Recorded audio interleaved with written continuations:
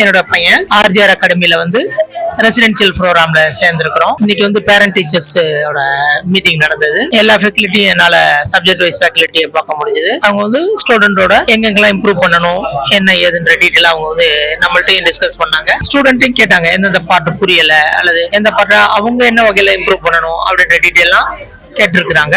என் பையன் பொறுத்தல பாத்தீங்கன்னா லாஸ்ட் ஒரு 2 months இங்க ட்ரைனிங் எடுத்துக்கிட்டு இருக்கான். இம்ப்ரூவ்மெண்ட் இருக்கு.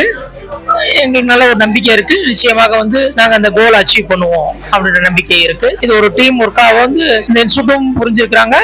அந்த வகையில வந்து ஆர்ஜிஆர் அகாடமிக்கு என்னுடைய மனமார்ந்த நன்றியை தெரிவிச்சுக்கிறேன். சப்ஜெக்ட் வைஸ் பார்க்கும்போது எல்லா ஃபேக்கல்ட்டியுமே வந்து அவங்களுடைய பாட்டுல என்ன பண்றாங்க என்ன பண்ண வேண்டி இருக்குன்றதை நம்மகிட்டையும் கேட்கறாங்க.